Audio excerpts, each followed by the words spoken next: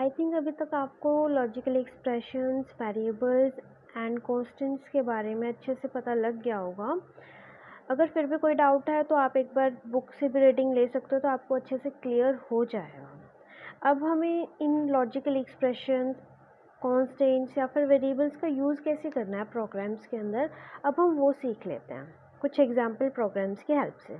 तो हमारा जो फर्स्ट प्रोग्राम है उसमें क्या है, हम स्टूडेंट के ऊपर कुछ रूल्स हैं। यूनिवर्सिटी में एक स्टूडेंट है, उसके ऊपर कुछ रूल्स अप्लाई होते हैं कि अगर उसे फ़िज़िक्स की डिग्री चाहिए तो फ़िज़िक्स उसका मेन सब्जेक्ट है एंड मैथ्स उसका सेकेंडरी सब्जेक्ट है, मीन्स सब्सिडरी सब्जेक्ट है, ऑप्शनल भी बोल सकते हो आप। तो यहाँ पर उसके लिए कुछ रूल्स फॉलो होते हैं कि वो पास किस कंडीशन पे होगा या फेल किस कंडीशन पे होगा, तो हम वो डिस्कस कर लेते हैं। तो इसमें क्या रूल्स हैं, फ़िज़िक्स मार्क्स को मैं पीएम से एक बार डिक्लेयर कर रही हूँ और मैथमेटिक्स मार्क्स को एमएम से, पास को पी से, repeat mathematics means RM, otherwise fail.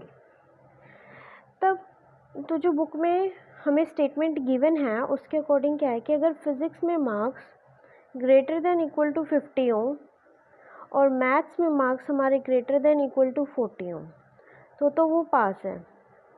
हमें ऐसा प्रिंट करके दिखाना है। कंडीशन हमारी क्या है कि हमारे पास 50 से ज़्यादा मार्क्स होने चाहिए फिज़िक्स में, 50 या 50 से ज़्यादा, मैथ्स में 40 या 40 से ज़्यादा अगर हमारे मार्क्स हैं तो वो पास है। अगर greater than equal to 40 physics में मार्क्स हैं और 50 या 50 से ज़्यादा मैथ्स में मार्क्स हैं तो भी पास है। मीन्स ये दोनों जो हमारी कंडीशंस है इक्विवेलेंट है, दोनों कंडीशन में क्या रिजल्ट आ रहा है, सेम, कि वो पास है। मीन्स चाहे फिज़िक्स में marks greater than equal to 50 हो या मैथ्स में marks greater than equal to 40 हो, या फिर फिज़िक्स में marks greater than equal to 40 हो या मैथ्स में marks greater than equal to 50 हो, इन दोनों में से एक भी कंडीशन अगर सेटिस्फाई हो जाती है तो हमारा स्टूडेंट पास है। तो नेक्स्ट कंडीशन देखो क्या है। नेक्स्ट कंडीशन है कि अगर फिज़िक्स में marks greater than equal to 60 हैं एंड मैथ्स में मार्क्स 40 से कम है तो रीअपियर किस में आ जाएगी, मैथ्स में, रीअपियर इन मैथ्स। ये हमें प्रिंट कराना है, रीअपियर आ गई मैथ्स में। कंडीशन क्या चेक करनी है कि अगर फिज़िक्स में marks greater than equal to 60 हैं और मैथ्स में मार्क्स लेस देन 40 है तो रीअपियर, ठीक है। अदरवाइज़ और कोई भी कंडीशन आ जाए, इन तीनों के अलावा कुछ भी आ जाए तो उसमें स्टूडेंट क्या है, फेल है, ठीक है। तो प्रोग्राम समझ लेते हैं कि हमने कैसे यूज़ किया इसका। तो प्रोग्राम का नेम मैंने दिया एग्ज़ाम रिज़ल्ट्स, रिज़ल्ट से रिलेटेड है तो मैंने प्रोग्राम का नेम प्रोग्राम के अकॉर्डिंग ही दिया। इम्प्लिसिट नन पता है क्यों यूज़ करते हैं, अगर कोई वेरिएबल्स हम डिक्लेयर करना भूल जाते हैं तो वो एरर शो कर देता है। इम्प्लिसिट नन का यूज़ हो गया। अब इंटीजर में हमने कौन कौन से वेरिएबल डिक्लेयर किया, अब स्टूडेंट का हम आइडेंटिफाई कैसे करते हैं, दो स्टूडेंट को उनके रोल नंबर से ही आइडेंटिफाई होता है। तो रोल नंबर हमने क्या ले लिया, इंटीजर में। इंटीजर में हमारे रोल नंबर, फिज़िक्स के मार्क्स और मैथ्स के मार्क्स होंगे, ठीक है। अब यहाँ पर कमेंट दे के बताया हुआ है कि अगर हम रोल नंबर 0 डाल दें तो हमारा डाटा, मतलब कि हम डू लूप से बाहर आ जाएंगे, कि हमारे डाटा का एंड हो गया, का मतलब है कि हमारे पास जो लिस्ट थी स्टूडेंट्स की वो ख़त्म हो जाए, या फिर हमें डू लूप से बाहर निकलना हो तो हम रोल नंबर को 0 दे दें। ये हमने कमेंट में पहले ही बता दिया। अगर कोई आपके प्रोग्राम को स्टडी कर रहा है तो उसे पता होना चाहिए कि किस कंडीशन पे हम डू लूप से बाहर आ सकते हैं। तो ये कमेंट में पहले ही बता दिया, अगर आप नहीं बताना चाहो तो ना बताओ, लेकिन जब भी आप एग्ज़ाम्स में लिखो तो आप बता दिया करो तो अच्छा इम्प्रेशन पड़ता है। फिर हमने डू लूप के अंदर ही हमारा जो वर्क है, मीन्स रीड कराना, रोल नंबर, फिज़िक्स के मार्क्स, मैथ्स के मार्क्स, एग्ज़िट कंडीशन तो डू लूप के अंदर ही है, क्योंकि हमें ये नहीं पता कि हमारे पास नंबर ऑफ़ स्टूडेंट्स कितने हैं। अगर नंबर ऑफ़ स्टूडेंट्स अगर हमें पता होता है तो हम काउंट कंट्रोल डू लूप भी यूज़ कर सकते हैं, लेकिन अभी के लिए हमारे पास नंबर ऑफ़ स्टूडेंट्स का डाटा गिवन नहीं है कि कितने टोटल स्टूडेंट्स हैं, तो इसीलिए हमने सिंपल डू लूप का यूज़ किया। उसमें हमारी एग्ज़िट कंडीशन क्या हो जाएगी कि हम रोल नंबर को 0 अगर इनपुट दे देते तो हम डू लूप से बाहर आ जाएंगे। तो हमने जैसे ही वो डू लूप चलेगी तो सबसे पहले रीड आ जाएगा, वो कुछ नहीं प्रिंट करने को बोलेगा। अगर आप चाहते हो कि आपको पता चले कि आपको किस सीक्वेंस में रीड करने हैं डाटा को, तो आप क्या करो, इस रीड की स्टेटमेंट से पहले प्रिंट में कुछ लिख दो कि आपको किस सीक्वेंस में डाटा चाहिए। Means enter the value of roll number, physics marks, maths marks, जो भी आप चाहते हो, या सिंपल एंटर द वैल्यूज़ या फिर एंटर द रिक्वायर्ड वैल्यूज़। अगर आप नहीं भी लिखना चाहते हो तो ना भी लिखो, वो आपके ऊपर डिपेंड करता है। लेकिन अगर आप लिखोगे तो आपको पता चलता रहेगा कि वो किस सीक्वेंस से प्रोग्राम आगे एग्जीक्यूट हो रहा है, उसकी स्टेटमेंट्स कैसे कैसे एग्जीक्यूट हो रही हैं। अगर आप कुछ नहीं लिखोगे तो सीधा वो आपसे इनपुट मांगेगा। अगर आप कुछ इनपुट में प्रिंट स्टेटमेंट में आप कुछ भी डबल कोट्स में एनक्लोज्ड कर देते हो कोई भी स्ट्रिंग, तो एज इट इज़ प्रिंट होके आ जाएगी। ठीक है, तो यहाँ पर सबसे पहले आपको रोल नंबर इनपुट करना है, फिर फिज़िक्स के मार्क्स, फिर मैथ्स के मार्क्स। अब इसको इनपुट कैसे करना है मैंने आपको 5th चैप्टर में अच्छे से बता दिया। तो रोल नंबर जैसे ही आप 0 इनपुट करोगे तो वो डू लूप से बाहर आ जाएगा। अब जो मैंने फिज़िक्स के मार्क्स और मैथ्स के मार्क्स इनपुट करे थे वो भी यहाँ चेक होंगे, कंडीशन हमारी चेक होगी। फर्स्ट कंडीशन क्या थी हमारे पास कि अगर ग्रेटर देन इक्वल टू 50 हैं हमारे फिज़िक्स के मार्क्स और मैथ्स के marks greater than equal to 40 हैं, और फिज़िक्स के marks greater than equal to 40 हैं या मैथ्स के marks greater than equal to 50 हैं, तो हमारा स्टूडेंट पास है। अब इन दोनों कंडीशन में हमारा स्टूडेंट पास है, तो हमने इन दोनों कंडीशन को क्या किया, मिक्स कर लिया। आप चाहे अलग अलग भी कर सकते हो। इफ़ में फर्स्ट कंडीशन लिख दो, अगर ये ट्रू होती है तो पास दिखा दो। एल्स इफ में आप सेकंड कंडीशन ये लिख दो, ये ट्रू होता है तो भी पास दिखा दो। या फिर आप ऐसे भी कर सकते हो छोटा करने के लिए कि आप दोनों कंडीशन जिसमें पास होना ही है, दोनों कंडीशन को इकट्ठा लिख सकते हो, बीच में और लॉजिकल ऑपरेटर और का यूज़ करके। तो फर्स्ट कंडीशन में जो हमारी दो कंडीशन है, फर्स्ट कंडीशन ट्रू कब होगी, जब ये दोनों ट्रू होंगे। फिज़िक्स में भी marks greater than equal to 50 हैं और मैथ्स में भी marks greater than equal to 40 हैं, दोनों अगर ट्रू होंगे तभी हमारी फर्स्ट कंडीशन ट्रू होगी। सपोज़ करो फर्स्ट कंडीशन हमारी ट्रू नहीं है, किस केस में ट्रू नहीं होगी, अगर इन दोनों कंडीशन में से एक भी हमारा फॉल्स हो जाएगा तो हमारी फर्स्ट कंडीशन ट्रू नहीं होगी। अगर वो ट्रू नहीं होगी तो हमारी सेकेंड कंडीशन पे जाएगा। सेकेंड कंडीशन भी अगर हमारी ट्रू नहीं है, अगर एक भी फॉल्स हो जाती है तो वो एल्स इफ पे जाएगा। ठीक है, ये मैंने आपको जो कंट्रोल है वो आपको अच्छे से बताया था कि कैसे ट्रू या फॉल्स वो लेता है, अगर कौन सी कंडीशन चेक होगी या नहीं होगी। अभी लॉजिकल एक्सप्रेशन, कांस्टेंट, वेरिएबल्स में मैंने यही चीज़ डिस्कस करी है। ठीक है, तो इफ़ वाली स्टेटमेंट में अगर जो कंडीशन है वो ट्रू है, मीन्स जो हमारे लॉजिकल एक्सप्रेशन है अगर वो ट्रू आ जाता है तो प्रिंट करेगा वो रोल नंबर, फिज़िक्स के मार्क्स, मैथ्स के मार्क्स और साथ में पास। ठीक है, अदरवाइज़ अगर ये स्टेटमेंट हमारी फॉल्स है तो वो सेकेंड कंडीशन चेक करेगा। सेकेंड कंडीशन में क्या था कि अगर फिज़िक्स के marks greater than equal to 60 हैं एंड मैथ्स के मार्क्स लेस देन 40 हैं। एंड और में कंफ्यूज मत होना, एंड का मीनिंग है कि दोनों स्टेटमेंट्स मीन्स कि ये वाली और ये वाली जो कंडीशंस है दोनों ही ट्रू होनी चाहिए। अगर मैं यहाँ और लगा दूँ तो इन दोनों में से एक भी ट्रू होगी तो इसके कॉरस्पॉन्डिंग जो स्टेटमेंट्स हैं वो एग्जीक्यूट होंगी। ठीक है, तो अब हमारी जो सेकंड कंडीशन थी जिसमें मैथ्स में रीअपियर थी वो क्या था कि फिज़िक्स के मार्क्स अगर ग्रेटर देन इक्वल टू 60 हैं और मैथ्स में लेस देन 40 हैं तो क्या शो करना है कि मैथमेटिक्स में आपकी रीअपियर है। तो नेक्स्ट में देखो मैंने क्या प्रिंट करा है, roll number, physics marks, maths marks और रिपीट मैथ्स। ठीक है, फिर अब थर्ड कंडीशन में क्या था कि अगर इनके अलावा कोई भी और कंडीशन मिल जाए तो उसमें क्या शो करना है आपको कि स्टूडेंट फेल है। तो roll number, physics marks, maths marks fail. ये ध्यान रखना, एल्स इफ़ में आपको कंडीशन लिखनी ज़रूरी है और बाद में देन भी लगाना है, लेकिन जब आप सिंपल एल्स यूज़ करते हो तो आपको कोई कंडीशन यूज़ नहीं करनी है। काफ़ी स्टूडेंट्स इसमें मिस्टेक करते हैं। तो एक इफ़ मैंने यूज़ किया तो एक ही एंड इफ़ यूज़ करना है, ये नहीं कि एल्स इफ के लिए भी हम एक और एंड इफ लेंगे, नहीं, वो एल्स इफ जो है इफ का ही पार्ट है।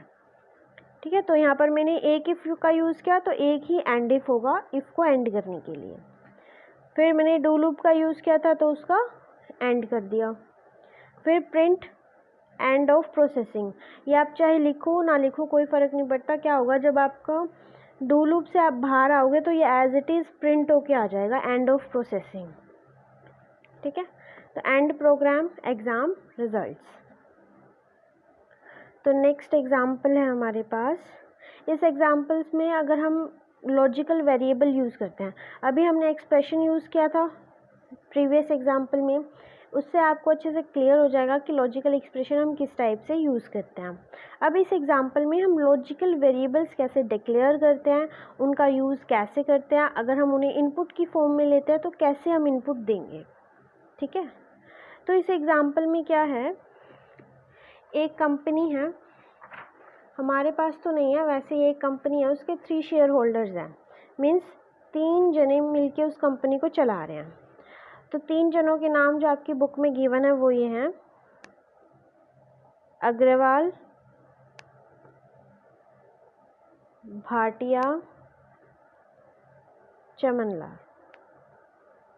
ये आपकी बुक में गिवन है, मैंने नहीं दिया अपनी तरफ से। ठीक है, तो ये 3 नेम्स आपके गिवन हैं। इन्होंने कितने कितने शेयर्स दिए हैं उस कंपनी को चलाने के लिए, मीन्स इनका कितना कितना हक है उस कंपनी के ऊपर। जिसके जितने ज़्यादा शेयर होंगे उतना ज़्यादा हक। 50, 30 एंड 20। मीन्स अग्रवाल ने 50 शेयर्स दिए हैं, भाटिया के 30 हैं और चमनलाल के 20 हैं। अब 10, कोई भी हमें अगर कंपनी में से एक्शन पास करना है तो तीनों की डिसीज़न लेना ज़रूरी है, तीनों एक्शन के कॉरस्पॉन्डिंग क्या डिसीज़न लेते हैं। ठीक है,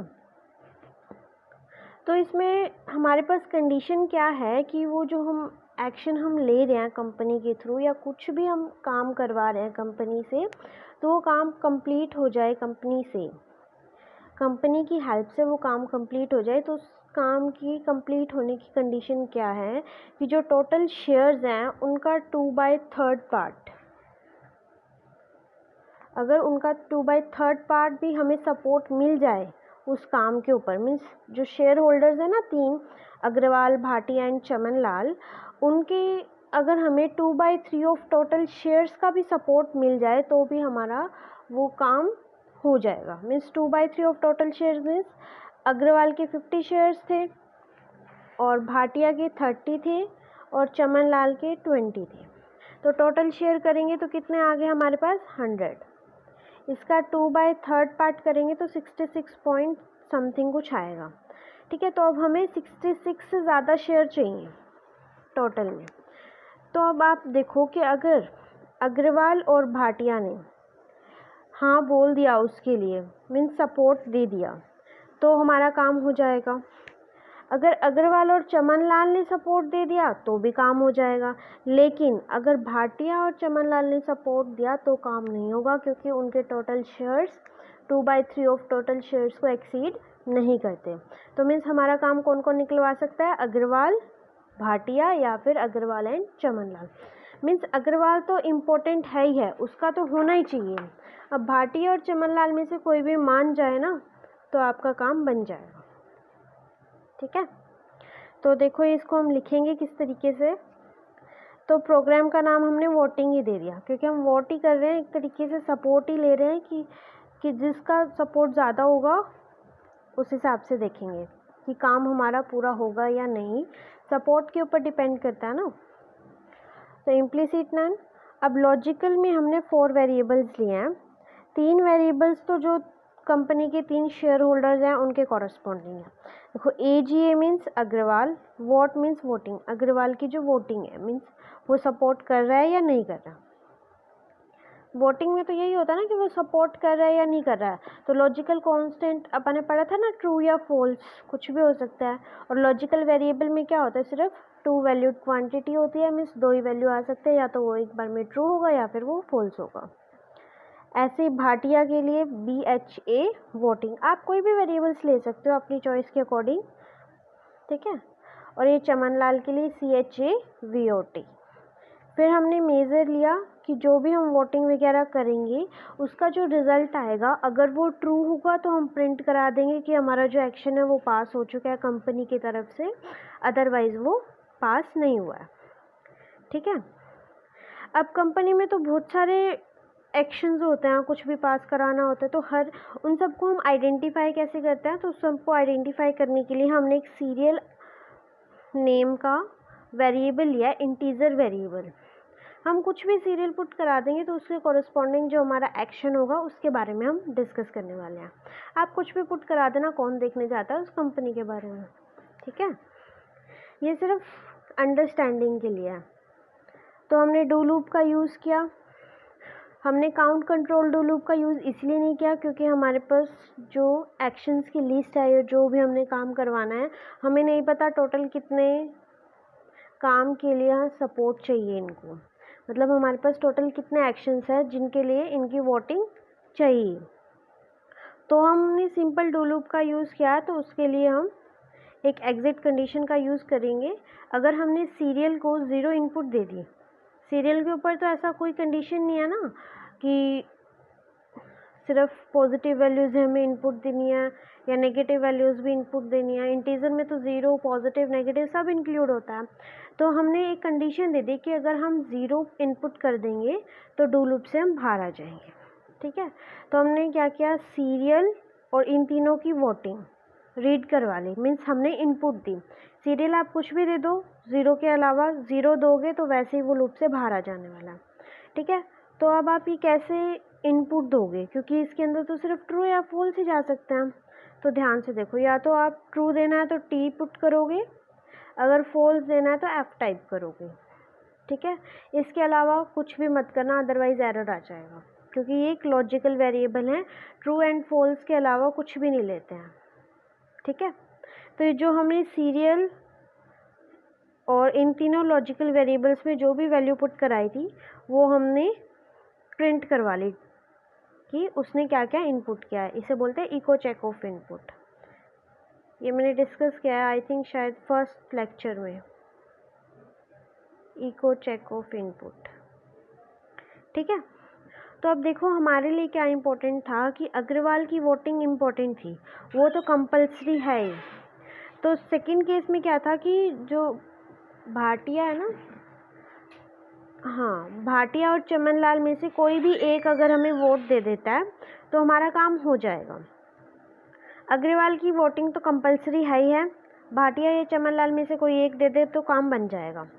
मीन्स अग्रवाल एंड भाटिया या फिर अग्रवाल या फिर चमनलाल। अग्रवाल की है और भाटिया की भी है।